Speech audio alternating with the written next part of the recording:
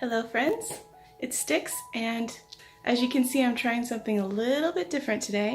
I don't usually show my face in videos, but I want to start being a little bit more interactive with my videos and my channel, so hopefully you guys will like this new format. And today I thought I'd give you a little bit of a tour of my art studio, my room where I do all my art. Hope you enjoy! So I guess we can start with where I do most of my art, which is here at my computer. My drawing tablet is an XP Pen 22. I enjoy a screen tablet. It's my first one, and my work has improved and gotten so much faster after I stopped using my just normal pen tablet. Behind that is my other monitor and my cat bed. And this is where my cats love to hang out. We have 4 cats, and I usually get at least 2 of them up here. And I have a couple of prints, and then my bookshelf where I display things that are important to me, books and things like that.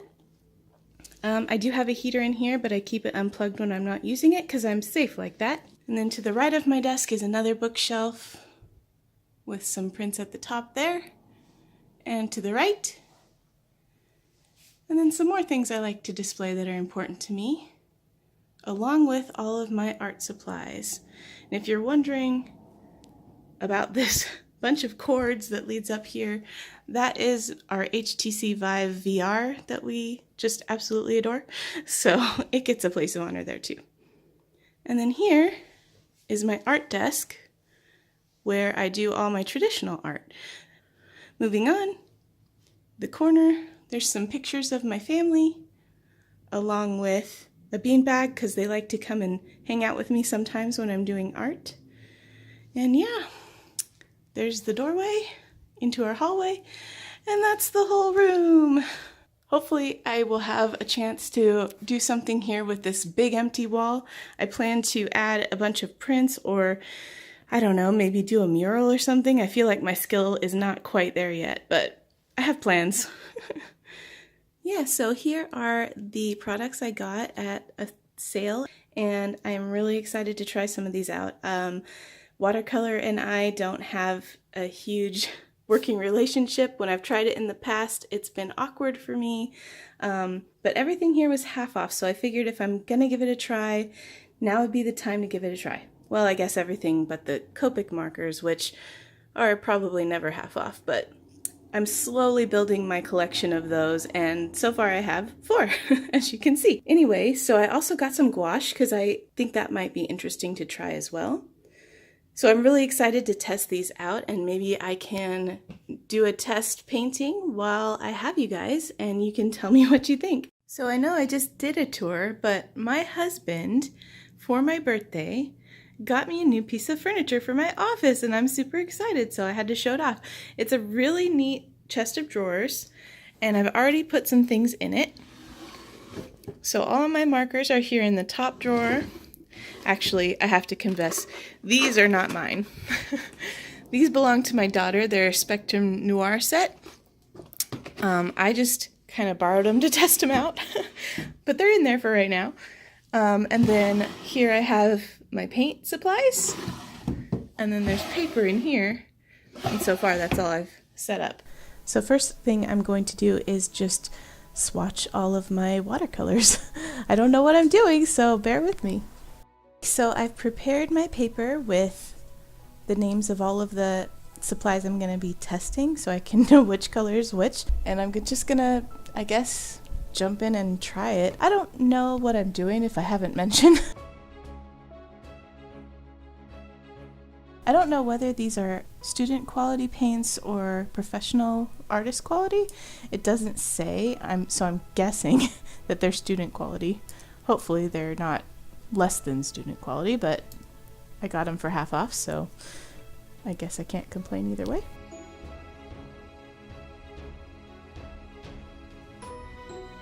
So far I'm surprised at how pigmented these are, but I know that they dry lighter, so I don't know what they'll look like when dry. I'm interested to find out.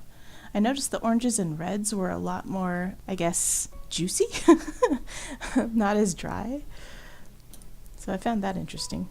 I don't know if it's the process used to make them or what. And these have actually been sitting here a little bit because in the middle of me getting this ready, my mother-in-law asked us to come to lunch with her, so that's another thing. I didn't know if I could just leave them sitting, if they'd be okay, and they are a little bit drier than they were when I originally put them on, so this is all experimentation.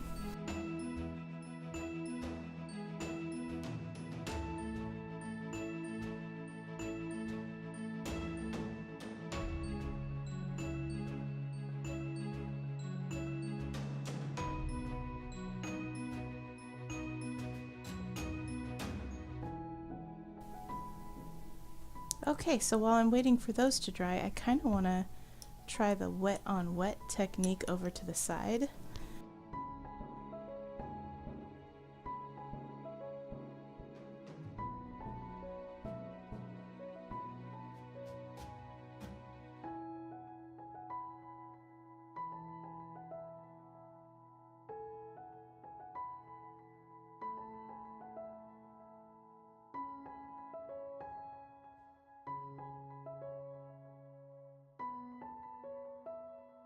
Okay, so I wanted to draw something to test these out, and I thought I'd go for somebody who maybe would be simple but have a lot of the colors I wanted to try. So I thought maybe I'd draw a Toad from Mario, because that should be nice and simple. So I'm just going to sketch him out and see how it goes.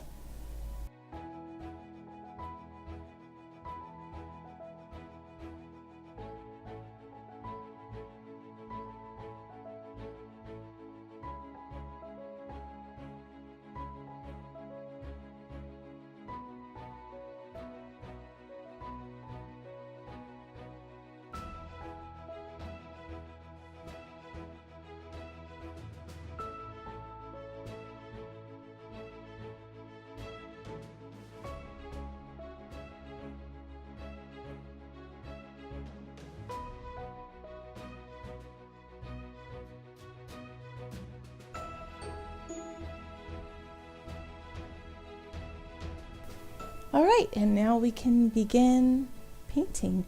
I'm going to go ahead and start with the flesh tone, I guess, because it will be the lightest thing, so I'll do that first.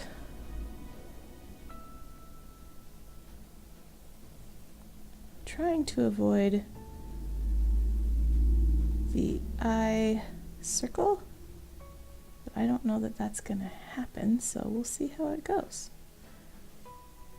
Finding it a bit hard to control where the water goes exactly, but I know that'll come with practice. I started at the top because I figured there would be more pigment there to show the shadow. So now I'm just pulling everything down towards the bottom, and I'm hoping that as we go lower it'll get a bit lighter.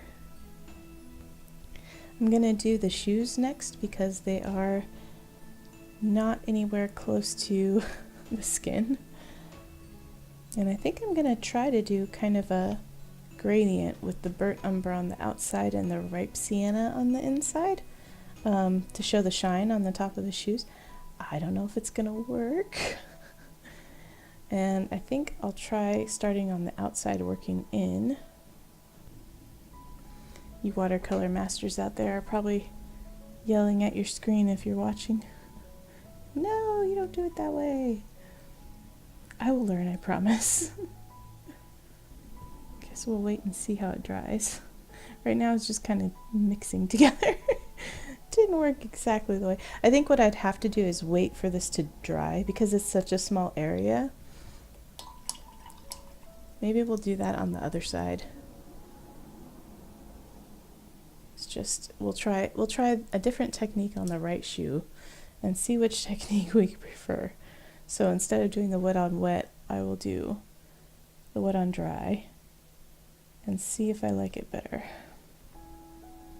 So now that means I have to wait for it to dry before I can put the other color on. So I guess we can go ahead and move up to the hat.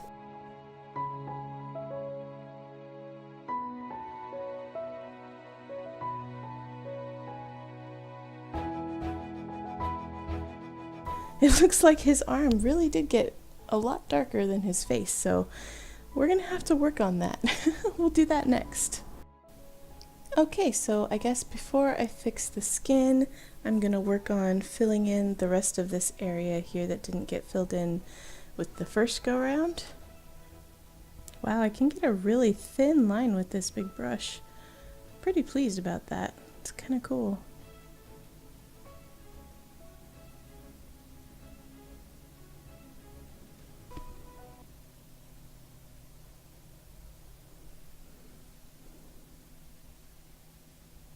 And I just messed the whole thing up. Let's see if, I've been waiting to try this. Let's see if I can suck it up with this here. Not very well.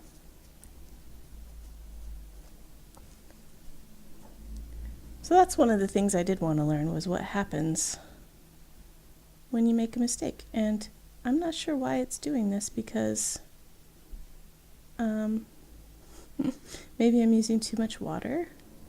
I don't know. That's a good question to ask myself for later, I guess. I didn't push it into there, but it went in there anyway, so interesting. Maybe if I get some water on my paper towel, then I can suck it back up. Let's try. It seems to be working a little bit, but since the blue is so pigmented, it's mostly staining it. So I'm going to try and go back in with some more skin tone and see if that'll help. I'm just doing what I can to clean this up. This will be good knowledge for exactly how big of a mistake I can make and still come back from. Now I feel like there's not enough paint on there.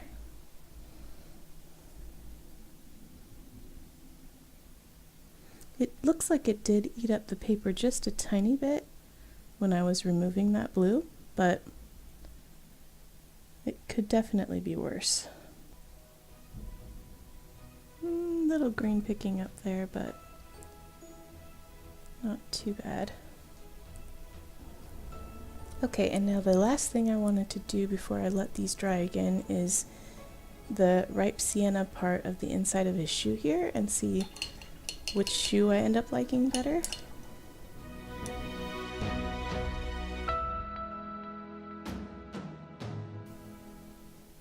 And I just went over the whole thing, and I'm hoping the part that was only raw sienna ends up being lighter than the rest of it, because that was kind of the plan. This one didn't turn out too well. It mostly just looks like one color. So hopefully this one does more of what I was hoping it would do.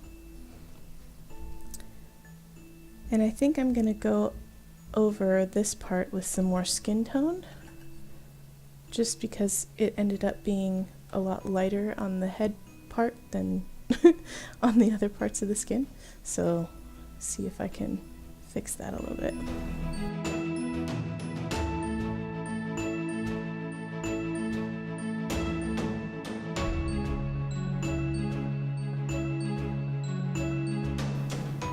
And it looks like his hand is pretty dry, so I don't know if it's too early, but I'm going to try and go back into that and put a little bit more skin tone on it and see if we can cover up the blue any.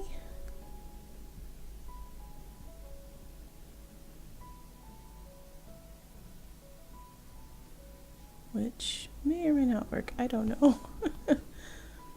Okay, then we just need maybe some more of the raw sienna for his tongue color. And then after this dries, maybe I can try doing a little bit of shading.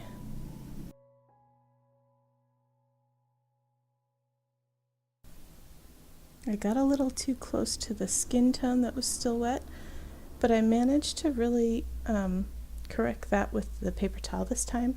So it could just be a matter of which color you're using as to whether or not you can accurately lift that.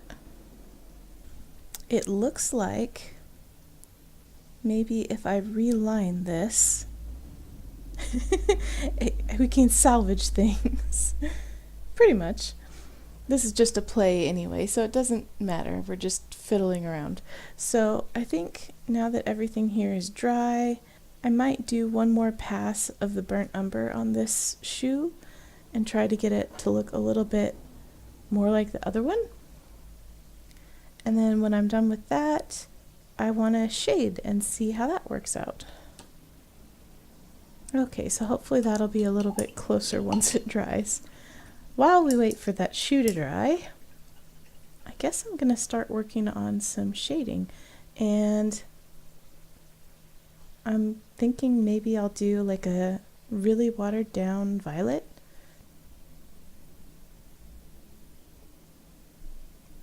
Okay, I'm going to test that now. Oh, that's much better. Okay, so we're going to take our watered down violet here and see if I can't get this to look like it's been shaded.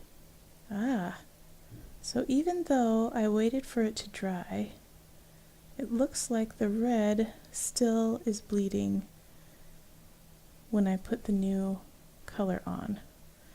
So I'm not sure if I just need to wait longer or if it's going to reactivate no matter what I do.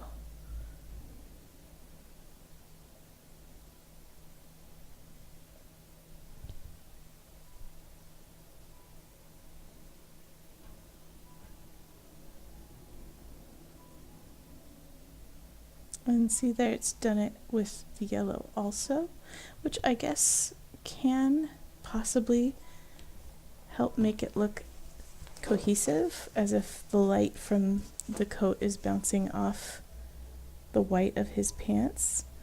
What I'm worried about is that it's going to get very muddy, and it looked like it was doing that, so maybe if I can just go back in here and not touch the yellow at all.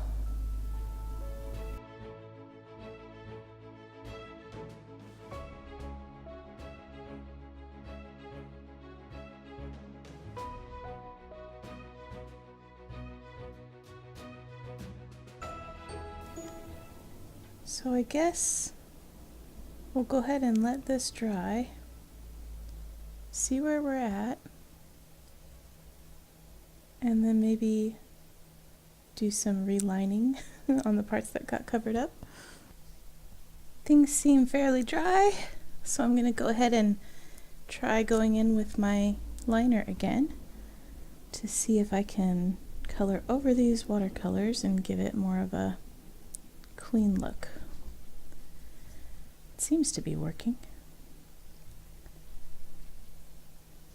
I think what I might do is go around the whole outside with a nice, my thick Tombow marker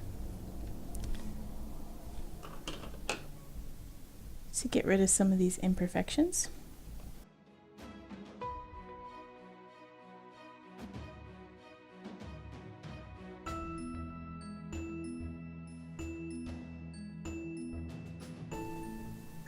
I'm going to use a little hatching here and there because my shading did not seem to do much, and I think I just needed like a darker purple.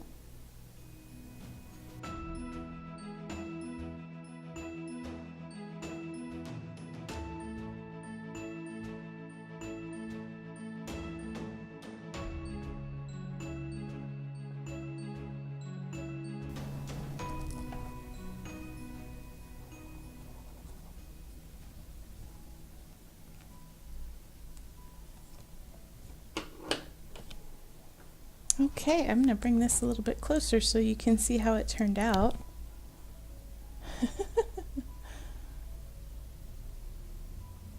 Clearly, I like how this shoe turned out better than the other one. It just looks a little smoother, so I think in the future I'll know what to do there. The only thing that ended up looking really shaded are his shorts and his mushroom cap. And I'm not sure they look super great. I bet I could clean this up with some colored pencils, but I'm not going to do that right now. But I'm going to save this so that hopefully when I improve with my watercolors, I could be like, oh, look how much I've improved. So anyway, thanks for joining me on this little adventure and checking out my room tour, my art studio tour as it is. And I will see you guys next time.